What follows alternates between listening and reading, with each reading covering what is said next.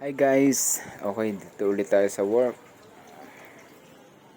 Naman timplahin natin, urethane, metallic orange.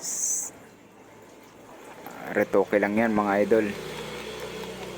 Bali 1/4 lang ang kailangan ng pintor natin dyan. 1/4, pagkakasyahin nyo na yan sa isang bumper ng Ford.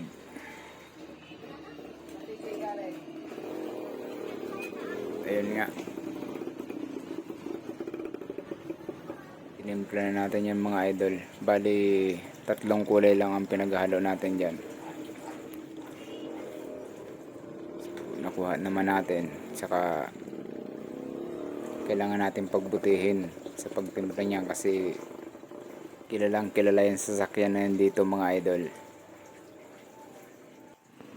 At ito naman sinunod natin mga idol,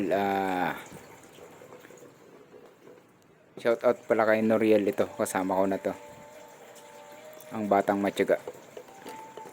2 litro naman to urethane, Batanggasin naman ang pintor nito. Hindi ko pa masyadong kilala siya, hindi pa ba katsukaran ganon.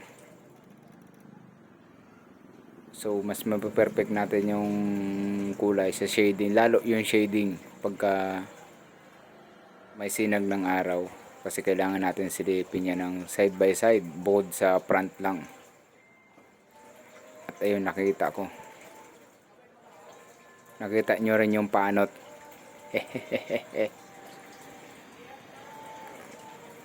At ayun mga idol, syempre sasakyan niyang kailangang pareho talaga yung kulay niya. Ayun mga idol,